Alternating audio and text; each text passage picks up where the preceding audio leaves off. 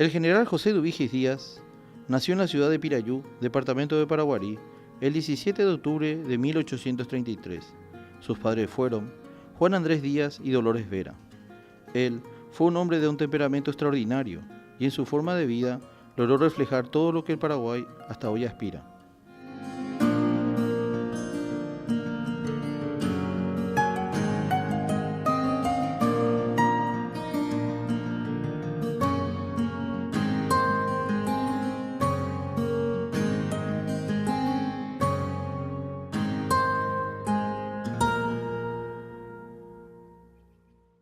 Bueno, para hablar del general José Dubigis Díaz,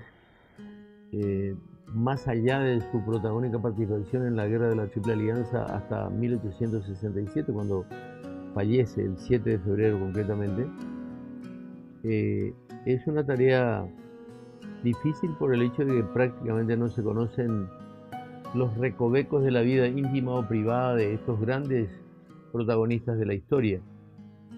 Lo que se sabe de Díaz que anterior a la guerra era el comandante de la policía con el grado de capitán y ya entonces se manifestaba con gran energía, con gran patriotismo y sobre todo con una profunda lealtad hacia su jefe, el entonces presidente general Francisco Solano López.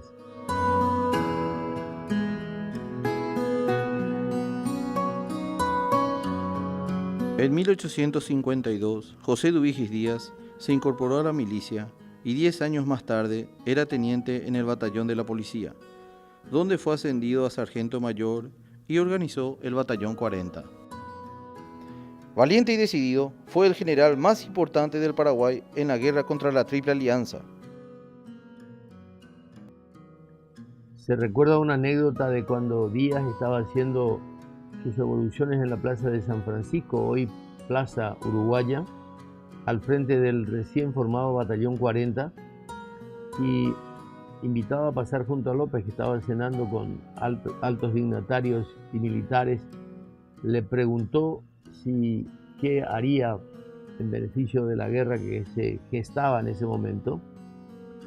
y Díaz contestó que haría cualquier cosa que le ordenara su superior. Y entonces López le volvió a decir, no, dígame usted, si nos atenemos a su iniciativa, ¿qué haría usted? Y entonces le pediría a su excelencia, dice Díaz, una embarcación y un contingente de hombres elegidos por mí entre los más avesados, diestros, hábiles y patriotas, pasaría sin que me notaran por los puertos del Río de la Plata, llegaría hasta Río de Janeiro, ingresaría al Palacio de San Cristóbal, secuestraría a Pedro II con toda su familia y los traería de vuelta a Asunción para negociar aquí la paz como quisiéramos. Entonces era una especie de preludio de lo que haría Rambo mucho tiempo después, pero en ese momento, profundamente impresionado López por la actitud del oficial, lo puso como ejemplo ante los demás dignatarios presentes. Bueno, ese era Díaz, y desde el principio estuvo casi siempre al frente de las más arriesgadas misiones, a veces diríamos temerarias o diríamos inútiles, porque cuando ponemos como posibilidad de triunfo solamente el heroísmo de los hombres, en realidad estamos haciendo gala de la misma lealtad que él manifestaba hacia López y pretendía de sus súbditos, que le obedecieran aún a pesar de órdenes que en algún momento eran absolutamente irracionales, como la batalla de la isla Cabrita, por ejemplo, de la isla Caraya. El 22 de septiembre de 1866 se lleva a cabo la batalla de Curupaytí. Fue la victoria más grande de la historia del ejército paraguayo. Aproximadamente unos 20.000 aliados respaldados por la flota imperial atacaron las trincheras paraguayas, siendo recibidos por una lluvia de proyectiles de cañones y fusiles, que sumados a la áspera naturaleza dejaron un saldo de más de 8.000 aliados muertos. En cambio, en las filas paraguayas, las bajas no superaban los 130 hombres entre muertos y heridos. La victoria paraguaya fue tan contundente que la guerra se vio suspendida por 10 meses y provocó serios problemas en la política de los países aliados, llegando incluso a iniciarse una guerra civil en Argentina. No es como la gente piensa que las batallas se concertaban en días y horas y en un lugar determinado. Todos los días era guerra y todos los días había bombardeos y todos los días había muertos, aún a pesar de que no se confrontaran los ejércitos en un campo de batalla. Entonces, la acción superaba toda posibilidad de análisis, de posibilidades, o superaba incluso la posibilidad de que alguien manifestara, ¿sabe qué? Yo tengo una mejor idea. Imposible. Entonces Díaz, en ese campo, sobresalió nítidamente, primero porque era un ejecutante efectivo de las órdenes que recibía y porque en el campo de batalla podía improvisar lo necesario para conquistar los mejores lauros para el ejército. En una guerra cuyos contendores están tan próximos y que no dependía de otros mecanismos de comunicación más que los directos que se daban en el campo de batalla, entre los que se incluía la visualidad. Por eso es que los campamentos estaban en lugares altos que podían dominar un campo visual importante para poder saber qué hacía el enemigo. Los enemigos terminaban conociéndose entre todos, terminaban sabiendo quiénes eran los cabecillas, quiénes eran los hombres más audaces, los más temerarios, los más valientes, y empezaba a generarse un gran respeto hacia el trabajo de Díaz porque había estado en el campo de batalla desde la columna que se internó profundamente en territorio argentino y posteriormente cuando el ejército paraguayo retorna en los primeros días de noviembre de 1865 a territorio nacional. Díaz encabezó todas las secciones de guerrilla que intentaba hostigar al enemigo aún en la otra costa, aún antes del desembarco que se producía el 16 de abril de 1866. Entonces, Díaz es protagonista de la primera batalla de Estero Bellaco, es protagonista de la batalla de Tuyutí, es protagonista de todos los entreveros que se producen entonces, es protagonista de la batalla, no de la batalla de Curuzú, donde precisamente el ejército paraguayo sufre una terrible derrota, pero es protagonista esencial en la batalla más importante de la historia militar paraguaya, que fue la victoria de Curupaytí del 22 de septiembre de 1866. Y aún a partir de entonces, en esa quietud que obliga a Curupaytí, Díaz se vuelve sumamente importante, porque en el agasajo que López le ofrece después de la victoria dice: su nombre general vivirá eternamente en el corazón de los paraguayos. Ya le estaba otorgando un protagonismo singular a Díaz, aparte de los grados que tenía, aparte de las condecoraciones. Estamos hablando de gente joven que accedía al grado de general a los 30, 31 años, general de división. Y Díaz empieza a tratar de hacerse digno de esa distinción, de ese protagonismo, de esa confianza que le tenía su jefe, y empieza a elaborar planes para destruir a la flota militar aliada, que era el enemigo principal. Entonces la fuerza naval brasileña dominaba el río y era un impedimento para las movilizaciones paraguayas. En ese menester le sorprende a Díaz el cañoneo de que ese objeto, no sé exactamente la fecha de cuando él hace una especie de simulación de pesca, va con algunos ayudantes y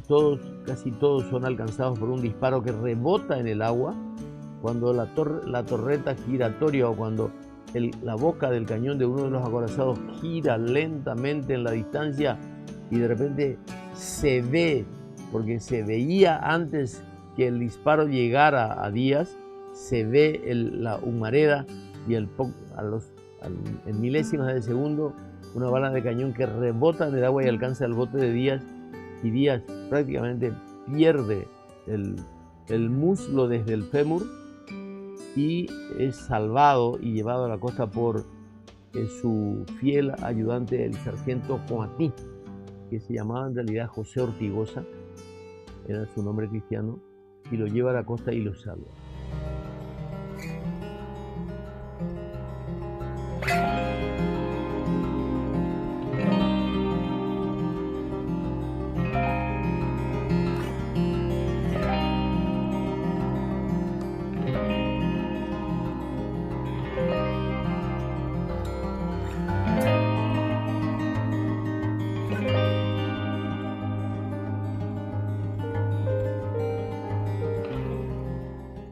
7 de febrero de 1867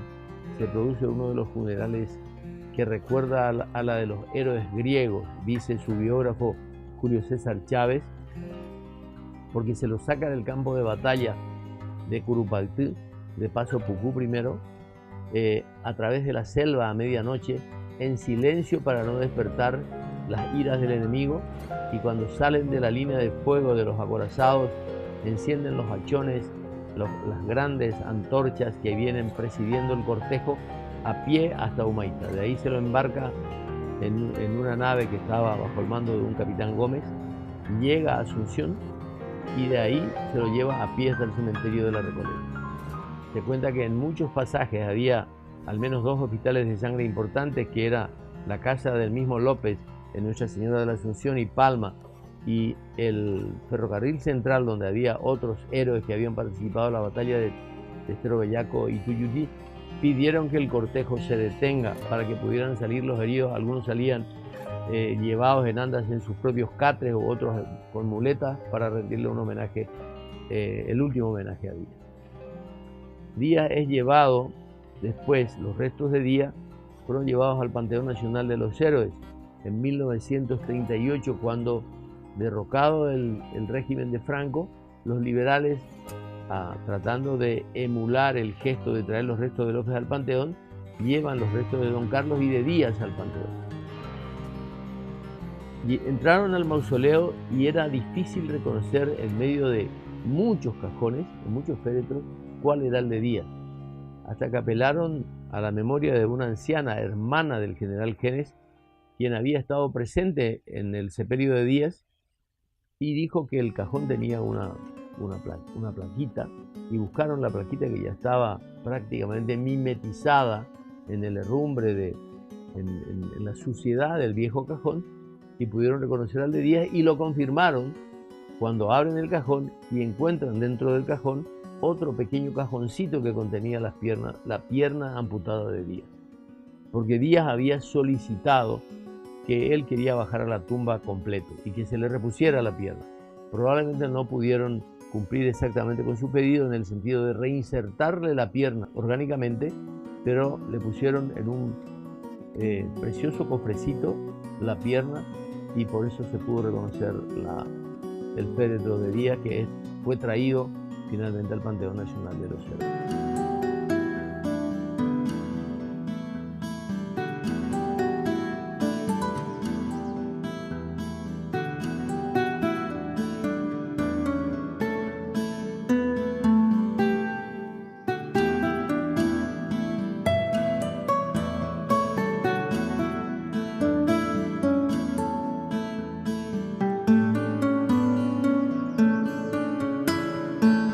Por orden del mariscal Francisco Solano López, en el momento del fallecimiento del general Díaz, fueron preparados un féretro especial con sus iniciales grabadas y una mascarilla post-mortis, que actualmente se encuentran siendo restaurados debido al deterioro sufrido durante estos 150 años. Los conocimientos de Díaz tuvieron como cimiento su azaroso paso por los cuarteles, su extraordinario talento ante las guerras y su gran carisma ante las tropas serán recordados por siempre en la historia paraguaya.